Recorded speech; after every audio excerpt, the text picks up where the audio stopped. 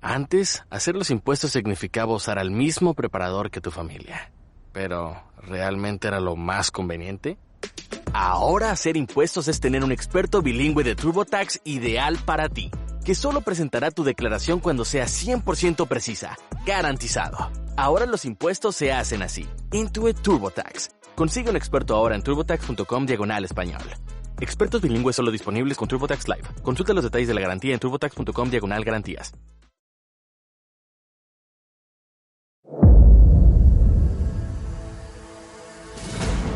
Hoy, dos de los artefactos más famosos y poderosos de la Biblia, diseñados por el mismo Dios. Desde un cofre misterioso. El Arca de la Alianza es el objeto más deseado de la historia, gracias al fenomenal poder del Arca para proteger a sus dueños y destruir a sus enemigos. Hasta un navío salvavidas. El Arca de Noé está diseñada para salvar a toda la creación. Cada una de estas arcas ha dado lugar a innumerables búsquedas, al igual que a innumerables libros, películas e incluso óperas. ¿Pero existió realmente alguna de las dos arcas? Y de existir, ¿dónde podrían estar? Nadie ha encontrado el Arca de Noé porque han estado buscando en el lugar equivocado.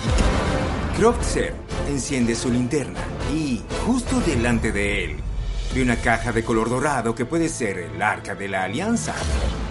Los objetos sagrados han inspirado asombro durante miles de años. Ahora las extraordinarias historias que se esconden tras las maravillas sagradas más cautivadoras de la historia.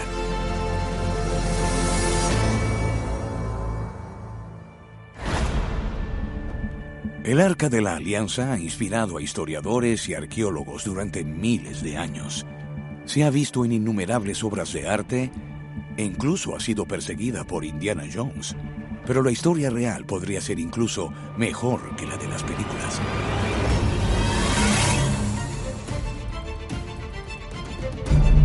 Podría decirse que se trata del objeto más deseado de la historia. Gracias al fenomenal poder que se dice que posee, millones de personas conocen la capacidad del Arca para proteger a sus dueños y destruir a sus enemigos. Por supuesto, todos sabemos que Indiana Jones estaba fascinado por el Arca, pero también lo estaba Adolf Hitler y varios otros nazis de alto rango. Esto se describe como el arma más poderosa jamás construida. La historia del Arca comienza cerca del siglo XIII a.C. con un grupo de personas llamado israelitas que han sido esclavizados por los egipcios y quieren cambiar su situación. En el libro del Éxodo, con la ayuda de Dios, Moisés saca a los israelitas de la esclavitud y los lleva al desierto, en busca de un lugar que llaman la Tierra Prometida. Al final, mientras viajan por el desierto, llegan al monte Sinaí, donde Dios se aparece ante Moisés y le entrega los 10 mandamientos. Dios le dice a Moisés que le construya un recipiente sagrado para guardar las tablas de los mandamientos. Se trata del Arca de la Alianza. La palabra hebrea Aarón significa arca o caja, y alianza se refiere al acuerdo sagrado entre Dios y los israelitas. En la Biblia, Dios mismo le entrega a Moisés instrucciones detalladas para construir el arca. El arca debía fabricarse con madera de acacia, con 2 codos y medio de largo, 1 codo y medio de ancho y 1 codo y medio de alto, lo que se traduce en 111 centímetros de largo, 67 centímetros de ancho y 67 de alto. Está completamente cubierta de oro por dentro y por fuera y tiene 4 aros en sus esquinas pensados para que pasen por ellos unas varas especiales hechas de la misma madera para que el arca pueda ser transportada por el pueblo en su viaje por el desierto. Por último, la caja está coronada con una tapa de oro muy ornamentada que tiene modelados 2 ángeles querubines encima. Una vez que el arca está lista, los israelitas la llevan consigo a donde quiera que vayan. La Biblia en sí misma tiende a sugerir que este es un objeto muy peligroso, además de ser un objeto muy sagrado. Hay relatos de personas que lo miran directamente y quedan ciegas. Hay relatos de personas que se acercan demasiado y le salen forúnculos en la piel. Incluso Moisés, quien fue el primero en encontrarla, se le desfiguró la cara y pasó el resto de su vida llevando un velo. El arca demuestra también otros tipos de increíble poder. En el ejército de Josué en el Antiguo Testamento, un ejército de 40,000 israelitas tiene la vista puesta en la ciudad de Jericó, pero se encuentran con un obstáculo. El río Jordán está en fase de crecida masiva y no hay forma de rodearlo, hasta que aparecen varios sacerdotes portando el arca. Meten los pies en el río y este se seca, como se seca el Mar Rojo cuando Moisés lo cruza. Una señal de que Dios está operando a través del poder del arca. Cuando llegan a las murallas de Jericó, los israelitas atacan con un asedio, tocando sus cuernos y haciendo marchar el arca alrededor de toda la circunferencia de la ciudad. Hacen esto todos los días durante una semana, hasta que, al séptimo día, caen los muros de Jericó. Es increíble. Sin catapultas, sin cañones, los muros se desmoronan como por arte de magia. La Biblia lo deja muy claro. Esto solo habría sido posible gracias al poder del objeto que tienen, esta arma. Sin el Arca de la Alianza no tenían esperanza, pero con ella son una fuerza imparable. ¿Cuál es el secreto del inmenso poder detrás del objeto? Se cree que el arca en realidad alberga a Dios a tiempo completo en la tierra. Ningún otro objeto de la Biblia otorga la capacidad de llevar el poder de Dios al frente de tu ejército. Moisés realmente habla directamente con Dios usando el arca. Mantienen conversaciones en las que Dios habla desde entre los querubines de la tapa. El arca se menciona a continuación en un importante libro del Antiguo Testamento llamado Samuel I. En Samuel 1, los filisteos entran en guerra contra los israelitas. Durante la lucha, los filisteos consiguen robar el arca. Lo que es sorprendente, cuando la llevan a casa, la ponen en una bóveda donde también guardan una estatua de su propio dios, Dagón. Al día siguiente, encuentran a Dagón en un lugar completamente distinto, cabeza abajo, inclinado ante el arca. Los filisteos comienzan a sufrir plagas de forúnculos, y para empeorar las cosas, los ratones invaden la ciudad. Se dan cuenta de que no se puede jugar con el arca, así que se la devuelven a los israelitas y poco después sus males se curan. El Arca de la Alianza se convierte en una parte importante de la estrategia militar de los israelitas. Siguen ganando batallas con ella y, como es una forma directa de conversar con Dios, pueden consultarla y recibir consejos y tácticas antes de la batalla. Finalmente, alrededor del año 1000 a.C., los israelitas llevan el arca a Jerusalén, donde el rey Salomón construye un templo para ella. En la cima de una colina llamada Monte Moriah, Salomón construye un enorme complejo sagrado, hizo allanar la colina, que pasó a llamarse Monte del Templo. En el centro del templo, Salomón construye una cámara llamada el Santísimo. En su interior se pone el Arca de la Alianza, que se convierte en el punto central de la religión israelí. Entonces, Dios tiene ahora un hogar permanente entre la humanidad, donde puede hablar a sus seguidores. Durante unos 400 años, el arca permanece en el templo intacta. Hasta 587 a.C. Hay un reino rival justo al lado en Mesopotamia, llamado los Babilonios, dirigido por el rey Nabucodonosor II. Los babilonios libran una guerra salvaje contra Jerusalén. Tras 30 meses de asedio, destruyen la ciudad por completo, derribando el templo e incendian todo el lugar. En lo que respecta a la Biblia, esta es la última mención de la ubicación del Arca de la Alianza. Está en Jerusalén y luego Jerusalén es destruida. Así que a partir de aquí tienes básicamente dos opciones. O el arca es destruida junto con el templo o no lo es. Si sobrevivió, ¿dónde podría estar? En una fuente judía llamada Mishnah, se cree que justo antes de que los babilonios se acercaran, el profeta Jeremías era capaz de esconder el arca en un pasadizo secreto bajo el templo. Recuerda, Jerusalén es sitiada por casi 3 años antes de su destrucción. Sacar el arca de la ciudad pudo haber sido muy difícil. Hay cientos, tal vez miles de cámaras y túneles en el interior del Monte Moriah, pero explorarlos es casi imposible, debido a los frágiles lugares históricos que lo rodean. así como las políticas entre las comunidades judías, musulmanas y cristianas. El monte del templo está actualmente bajo control islámico. Pero estos considerables desafíos no han impedido que algunas personas notables intenten encontrar el arca en el monte Moriah.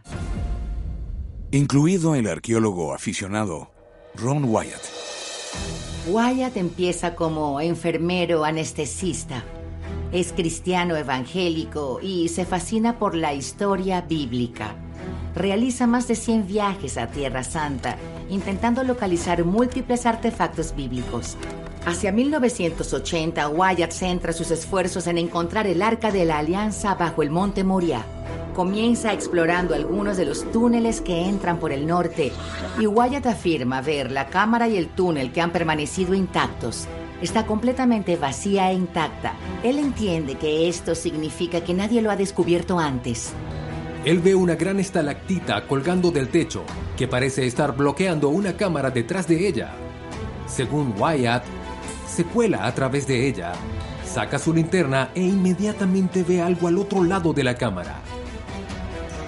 Se percata de que está mirando una gran caja que está asentada sobre una plataforma. Para poder ver más de cerca, Wyatt trae un sorprendente equipo. Usa un colonoscopio, lo mismo que usan los médicos para hacer colonoscopias. Para mirar dentro, recordemos que está entrenado como enfermero anestesista, no como arqueólogo. Taladra un agujero de 5/8 de pulgada en la caja de piedra e inserta su cámara. Wyatt afirma ver que hay una caja con un lado plano dorado y en la parte superior ve un querubín. Esta es. Cree que ha encontrado el Arca de la Alianza. Pero Wyatt mantiene los detalles de su descubrimiento en secreto. Wyatt dice que Dios le ordena dejar el arca tal y como la encontró. Dios le dice que habrá un tiempo antes del apocalipsis, cuando todo será finalmente revelado, donde el arca será restaurada a su gloria. Así que Wyatt sella la cueva y no revela su ubicación exacta. Fallece en 1999.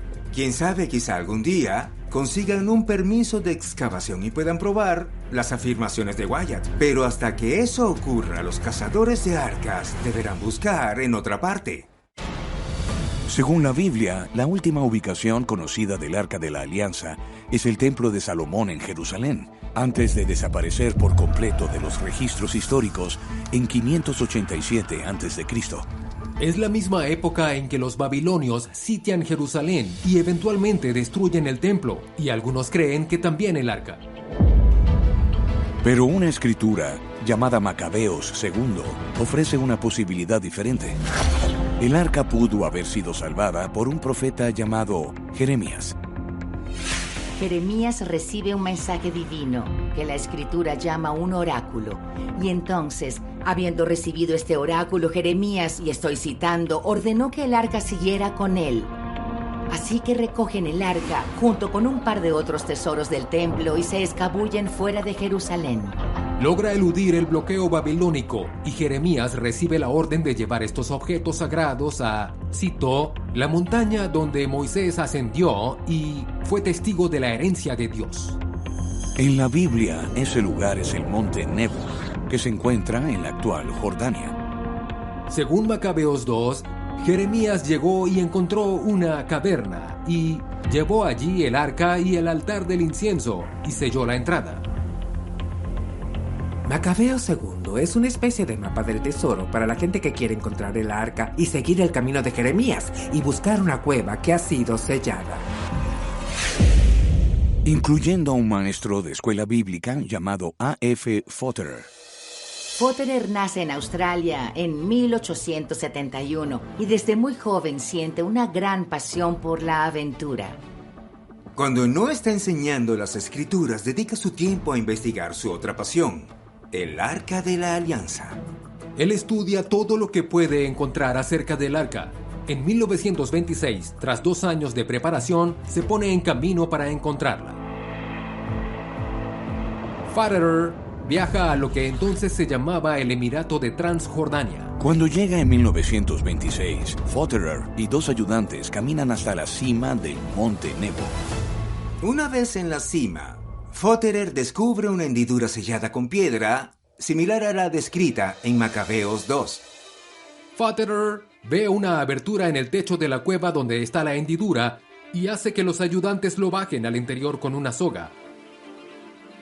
Una vez en el suelo, ve un largo pasillo con dibujos en una de las paredes. A medida que se acerca, cree que las marcas son una especie de petroglifos precristianos. Saca su diario y dibuja un boceto de todo lo que ve en la pared. En este punto, Fotterer está convencido de que está en el lugar correcto, que el arca está escondida en algún lugar de la cueva. Solo hay un problema. Como la cueva es un lugar histórico, Fotterer tiene prohibido hacer cualquier tipo de excavación. A pesar de irse con las manos vacías, Fotterer no se rinde. La historia cuenta que, con su diario en la mano, Fotterer regresó a Jerusalén y mostró sus bocetos a un académico del hebreo. El académico mira a Fotterer y le dice: esto dice, aquí yace el arca dorada. Estaba eufórico. Volvió a las autoridades locales para intentar por todos los medios un permiso para excavar, pero nunca se lo expedieron. Entonces, similar a Ron Wyatt, Fotterer cree que su experiencia forma parte del plan de Dios, que el arca aún no debe ser hallada. A.F. Fotterer muere en 1951, pero su obra inspira a otros a continuar donde él lo dejó. Décadas más tarde, un arqueólogo aficionado llamado Thomas Kreutzer se propone continuar el trabajo de Fotterer en busca del arca. Kreutzer se hace con los dibujos originales de Fotterer del interior de la cueva y parte hacia Jordania con 3 socios en 1981. Kreutzer y sus amigos planean buscar cerca de la cima del monte Nebo, pero antes de ir más lejos, necesitan obtener el permiso del monasterio franciscano que ahora posee los terrenos de la cima. El director del monasterio expide a Kreutzer un permiso que les autoriza a explorar y fotografiar las cuevas, pero solo disponen de 5 días para buscar. En su último día en la montaña, encuentran una cueva que parece coincidir perfectamente con los dibujos de Fotterer. Finalmente, llegan a una pared que bloquea su camino. Por suerte, hay un pequeño agujero en la pared que les permite pasar uno a uno. Según el relato de Kreutzer, se encuentran con 2 muros más. Esta vez, tienen que romperlos para poder pasar. Esto va totalmente en contra de las normas del permiso, pero lo hacen de todos modos y se encuentran dentro de una pequeña cámara. Kreutzer enciende su linterna y, justo delante de él, ve una caja de color dorado que solo puede ser el Arca de la Alianza. Junto a la caja, hay unas de varas envueltas como los que se habrían utilizado para transportar el arca.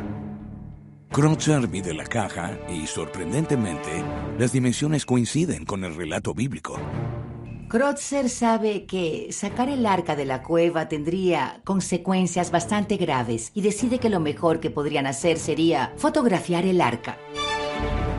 Cuando regresa a Estados Unidos, Kreutzer anuncia su descubrimiento a los medios de comunicación en noviembre de 1981. En respuesta al anuncio de Kreutzer, la revista Biblical Archaeology Review envía a un destacado arqueólogo para que entreviste a Kreutzer y revise sus pruebas. Kreutzer muestra al Dr. Siegfried Horn diapositivas de las fotos que tomó dentro de la cámara de la cueva.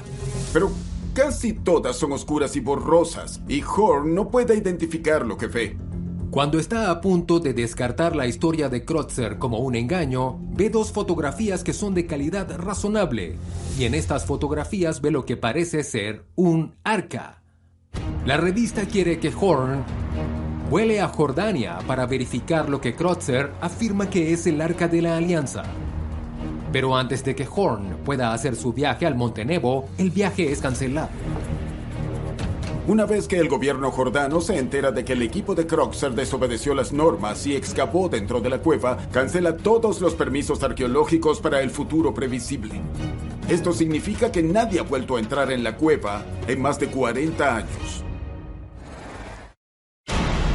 La búsqueda del Arca de la Alianza ha recorrido todo el mundo y continúa hoy en día. Pero un grupo en particular cree que todo ha sido un esfuerzo inútil, porque ya saben ¿dónde está? El judaísmo tiene una historia muy larga en Etiopía. Cuando los judíos huyeron de Egipto, lo hicieron en dos direcciones. Una hacia el sur, a lo largo del Nilo, lo que los llevaba a Etiopía, y la otra hacia el norte a través del desierto, finalmente hasta Israel. Así que los judíos etíopes estuvieron allí desde el principio. Los textos etíopes dan varios relatos diferentes sobre cómo el arca llegó a su posesión, pero todos ellos afirman que fue llevada allí voluntariamente y por derecho. En 2002, el investigador Bob Cornuke intenta llegar al fondo de este asunto. Bob Cornuke, un antiguo investigador de escenas del crimen, dirige un equipo llamado BASE, Búsqueda Expedición Arqueológica Bíblica. Comienza tratando de averiguar con precisión cuándo y por qué el arca fue sacada de Jerusalén. Cree que ocurrió antes de la invasión babilónica, cerca del año 687 a.C., durante el reinado de Menasés. Menasés es un gobernante nefasto quien, y cito, derramó tanta sangre inocente que llenó Jerusalén de punta a punta. Mata a su hijo quemándolo vivo. También asesina al profeta Isaías. Estos actos molestan mucho a los sacerdotes levitas de Jerusalén, encargados de mantener el templo y custodiar el arca. Así que, al amparo de la oscuridad, los sacerdotes toman el arca y huyen de la ciudad. Luego, supuestamente viajan por el río Nilo hasta la isla de Elefantina, en Egipto, donde una pequeña colonia de judíos ha emigrado desde Israel. Así que es allí donde va Cornuke. Llega a la isla de Elefantina y su equipo comienza a investigar. Afirman descubrir las ruinas de un templo con las mismas dimensiones que el templo de Salomón en Jerusalén. Son capaces de determinar que el templo fue construido cerca del año 650 a.C. Según la ley israelita, los templos no debían construirse fuera de Jerusalén. La única razón por la que se habría construido un templo sería para albergar algo tan magnífico y sagrado como el Arca de la Alianza. Pero para decepción de Cornuke, el arca ya no está allí. A Cornuke le dicen que el arca fue llevada hace mucho tiempo a la ciudad de Axum y que ahora reside en la Capilla de las Tablas, junto a la Catedral de Nuestra Señora María de Sion. Así que Bob Cornuke va a Axum, pero solo a una persona se le permite tener acceso al arca, y ese es el monje guardián del arca. A nadie más se le permite entrar. Cornuke se le permite hablar con el guardia, quien le dice: sí, en efecto, el arca está aquí en la capilla detrás de mí, pero nunca se mostrará al mundo por miedo a que sea demasiado poderosa. Tras su viaje a Etiopía, Cornuke se convence. Escribe varios libros sobre su experiencia y la Fundación BASE emite un comunicado. Lo que hemos concluido es que la iglesia de Santa María de Sion en Axum, Etiopía, es el lugar de descanso de una increíble réplica del Arca de la Alianza Bíblica o de la verdadera Arca de la Alianza. Hay individuos que creen que el arca podría estar en otro lugar, pero el único lugar que ha dicho consistentemente durante cientos y cientos de años que sí tenemos el arca es Etiopía, en la ciudad de Axum. Según el libro del Éxodo, los israelitas no habrían sobrevivido a sus muchas pruebas sin ayuda del Arca de la Alianza. Pero no es la única arca que aparece en la Biblia. Si nos remontamos más atrás al libro del Génesis, encontraremos otra, encargada de salvar a toda la humanidad. La historia del Arca de Noé del libro del Génesis es uno de los relatos más conocidos y examinados de la Biblia. El Arca de Noé está diseñada para salvar a toda la creación, mientras que el Arca de la Alianza fue diseñada específicamente para los hijos de Israel. El Arca de Noé nos beneficia a todos.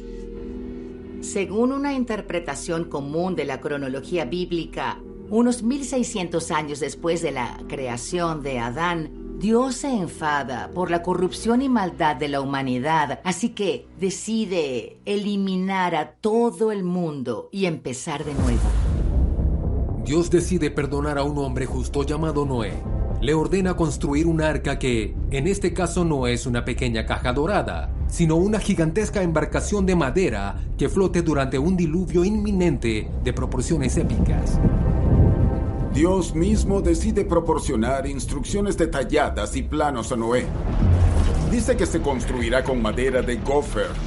Debe tener una puerta, un techo, 3 cubiertas y muchas habitaciones. Dios dice la longitud del arca será de 300 codos, su anchura de 50 codos y su altura de 30 codos. Esto se traduce en que el arca tenía unos 25 metros de ancho, 15 metros de altura y unos impresionantes 150 metros de largo, como un campo y medio de fútbol. Noé, su esposa, sus 3 hijos y las esposas de estos serán las únicas personas autorizadas a subir, pero la compartirán con un macho y una hembra de cada especie de animal terrestre y ave que Dios ordene recoger a Noé. Noé reúne a todos los animales. Según algunas estimaciones, hay hasta 6.800 de ellos y comida suficiente para que todos sobrevivan a una inundación tan larga. Cuando finalmente el arca está lista para partir, los cielos se abren. Llueve sin parar durante 40 días y 40 noches, limpiando la tierra de pecado y maldad, y de todas las criaturas vivientes que no entraron en el buque. Cuando la lluvia se detiene, el libro del Génesis dice que el arca viene a descansar en un lugar llamado las montañas de Ararat. Así que después de que el agua se calmó, Noé envía afuera a todos los animales y comenzaron a reconstruir la civilización. Aunque desconocemos la antigua ubicación de las montañas de Ararat, existe una zona montañosa entre Armenia y Turquía Oriental donde, de hecho, hay una montaña que actualmente recibe el nombre de Ararat. Ese lugar ha sido el centro de la mayoría de las búsquedas basadas en la suposición de que el nombre de la montaña se remonta al relato bíblico. Durante siglos, la búsqueda del Arca de Noé arroja resultados mínimos.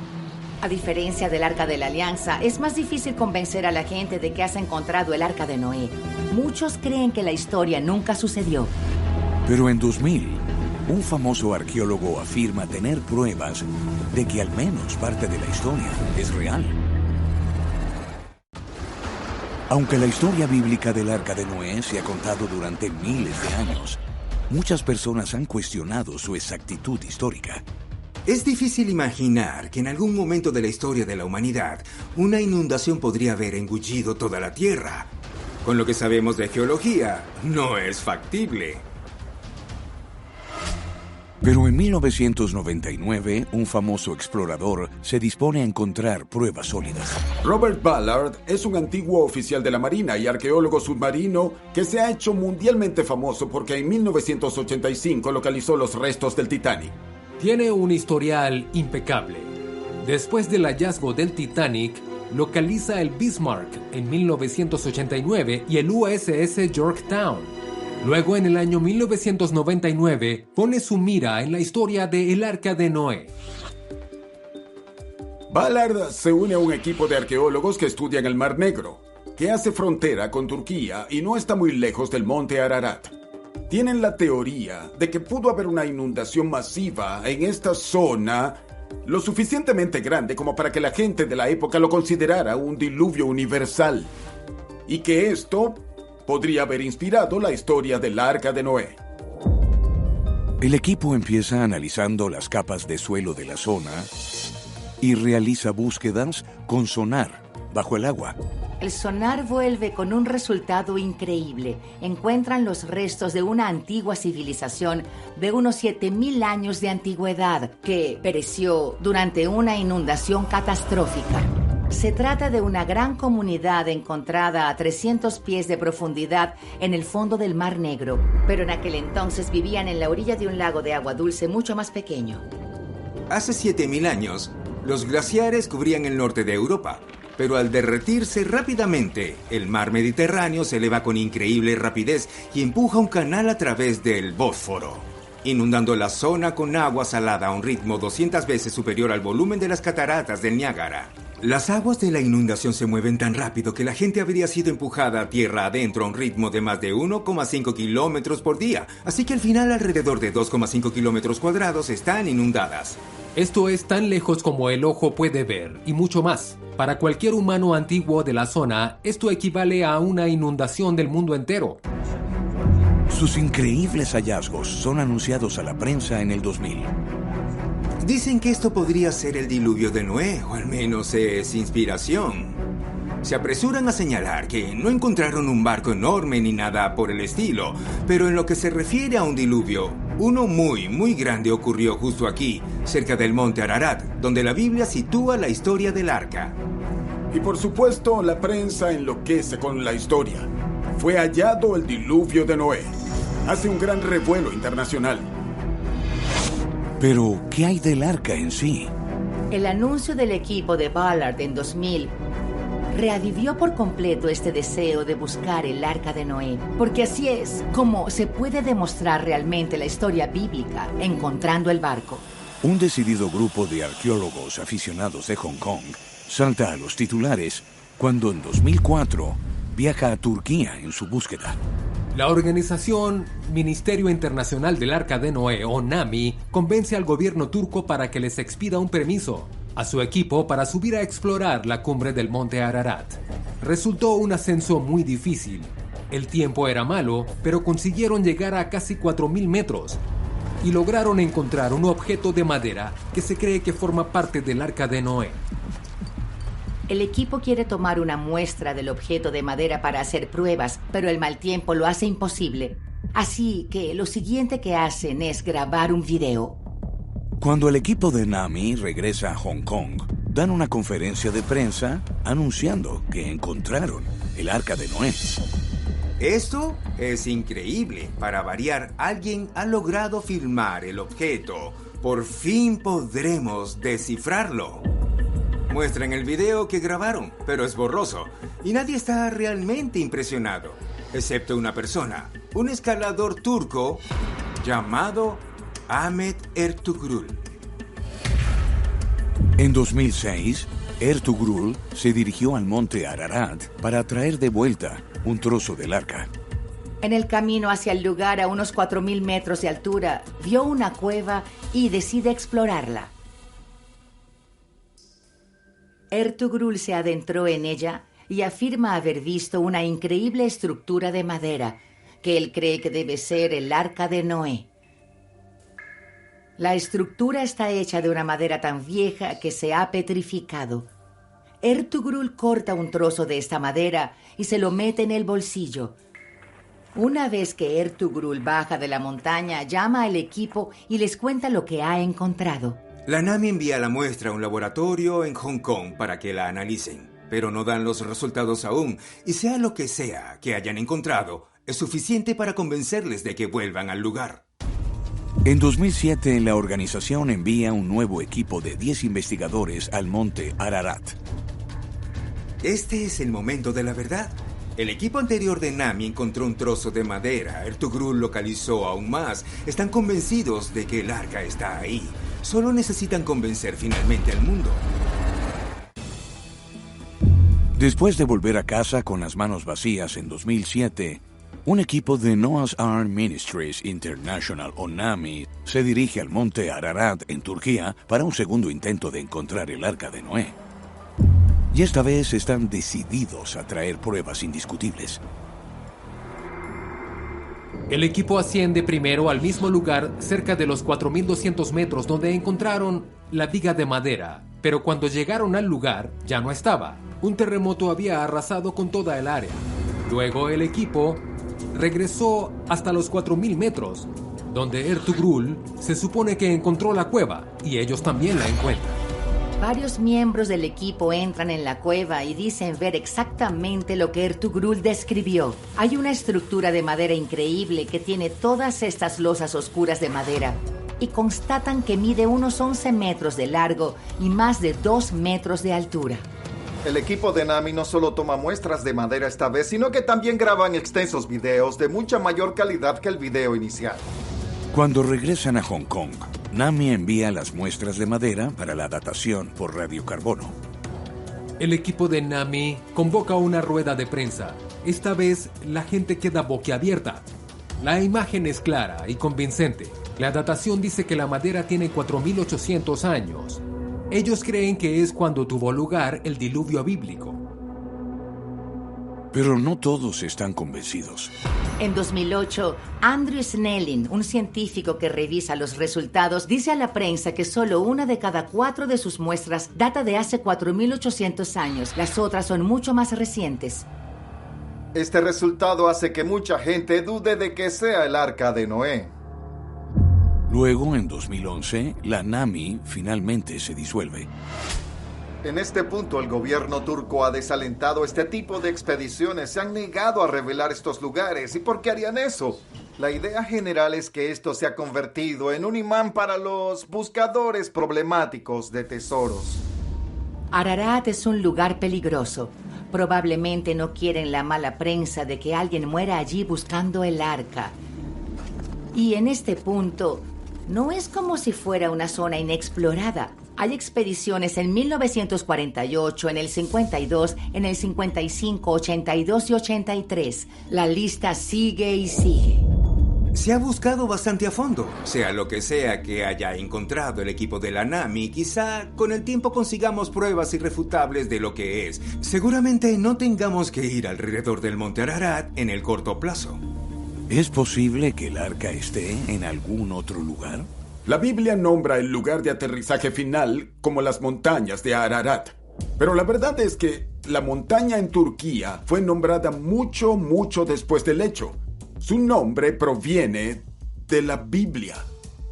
Fue nombrada así por la historia, no al revés. Así que no hay ninguna indicación de que esta sea, en efecto, la montaña de la Biblia. Esto abre un sinfín de nuevas posibilidades. El arqueólogo aficionado Bob Cornuke, famoso por su búsqueda del Arca de la Alianza, también quiere encontrar el Arca de Noé. Después de, entre comillas, encontrar el Arca de la Alianza en el sorprendente lugar de Etiopía, él llega a creer que hay una razón similar por la que nadie ha encontrado el Arca de Noé. Han estado buscando en el lugar equivocado. Durante miles de años, la búsqueda del Arca de Noé se ha centrado exclusivamente en el monte Ararat, en Turquía. Pero en 2005, un investigador afirma que la ubicación real está mucho más lejos. Bob Cornuke, quien ya ha estado en el monte Ararat como todos los demás, no encuentra el arca. Pero entonces conoce a un hombre llamado Ed Davis. En 1943, Davis trabajaba para el Cuerpo de Ingenieros del Ejército en la provincia iraní de Hamadán. Según él, los lugareños le llevaron a la cima de una montaña a 4.000 metros y le mostraron lo que creen que son los restos del Arca de Noé. Para confirmarlo, Cornuke observa un antiguo mapa de la zona. Uno de los primeros mapas es un enorme pergamino medieval hecho a mano, de 1,20 por 1,50 metros, llamado Mapa Mundi de Hereford. Justo en el centro está el Arca de Noé, en Hamadán, junto a donde está Davis. Cornuke encuentra cerca de esa zona una montaña llamada Monte Suleimán, el cual es otro nombre para referirse al rey Salomón. Esto es inusual porque es el único lugar cercano con un nombre bíblico. Las pruebas fueron suficientes para convencer a Cornuke de que buscara en el sitio él mismo en julio de 2005. Llega a 4.000 metros de elevación, justo en el mismo lugar donde Ed Davis describió el arca. Y cerca de allí, Cornuke encuentra almejas fosilizadas. Ya que están tan arriba en la cima de una montaña, él cree que esto es una prueba de que hubo una inmensa inundación antigua en la zona. Poco más arriba, encuentra varias rocas que son, cito, extrañamente con apariencia de vigas. Cornuke cree que estas rocas son en realidad madera petrificada. Bien. ¿Puedes tomarla? Sí. ¡Cielos! Esto parece un pedazo de madera, chicos. También cree encontrar un santuario de culto lleno de fragmentos de madera. Poco después, Cornuke lleva las rocas para ser analizadas. Efectivamente es madera petrificada. Desafortunadamente, debido a esto, no se puede establecer la fecha. De los otros fragmentos de madera que encuentra, sí es posible fecharlos. Resultan tener solo 500 años, por lo que es imposible que sean del Arca de Noé. Corniuk no quiere rendirse. Cree que, aunque no sea tan antigua, esta madera forma parte de una estructura que se ha construido y reconstruido a lo largo de miles de años. Un lugar donde los visitantes podían venir a rezar y adorar en el lugar del Arca de Noé. Cree que los antiguos pueblos pueden haber estado conmemorando este lugar básicamente desde que el arca originalmente vino a descansar aquí. La situación política de la zona ha impedido a Corniuk seguir investigando, pero espera poder volver algún día a Irán y buscar pruebas sobre su teoría del arca. En cuanto al gran diluvio al que Noé pudo haber sobrevivido, es posible que una versión del mismo tuviera lugar realmente. Hay evidencia de inundaciones masivas de entre 5.000 y 10.000 años de antigüedad en la India, varias partes de Europa y Oriente Próximo. Todas las religiones tienen historias acerca de inundaciones. Lo que me intriga es que todos estos mitos del diluvio provienen de muchas culturas, pero comparten ciertas similitudes. Así que es posible que estas historias se cuenten a través de muchas generaciones, hasta que finalmente se escriben en el libro del Génesis y se les da un héroe como Noé, o Gilgamesh, o Utnapishtim. La antigua experiencia de los israelitas con el Arca de la Alianza y la historia de Noé y su arca no se inventaron de la nada. Proceden de historias de personas, objetos y acontecimientos reales. Tal vez fueron adornadas y cambiaron en el camino, pero hay algo de verdad en su núcleo. Dos poderosas arcas. Dos historias de tragedia, triunfo y salvación. Es fácil ver por qué estos increíbles artefactos bíblicos han inspirado a tantos. Hasta que ambas arcas sean finalmente descubiertas, una cosa es segura: continuaremos buscándolas. Soy Dennis Quaid y gracias por ver Maravillas Sagradas. Antes, hacer los impuestos significaba usar al mismo preparador que tu familia. Pero, ¿realmente era lo más conveniente? Ahora hacer impuestos es tener un experto bilingüe de TurboTax ideal para ti, que solo presentará tu declaración cuando sea 100% precisa, garantizado. Ahora los impuestos se hacen así. Intuit TurboTax. Consigue un experto ahora en turbotax.com/español. Expertos bilingües solo disponibles con TurboTax Live. Consulta los detalles de la garantía en turbotax.com/garantías.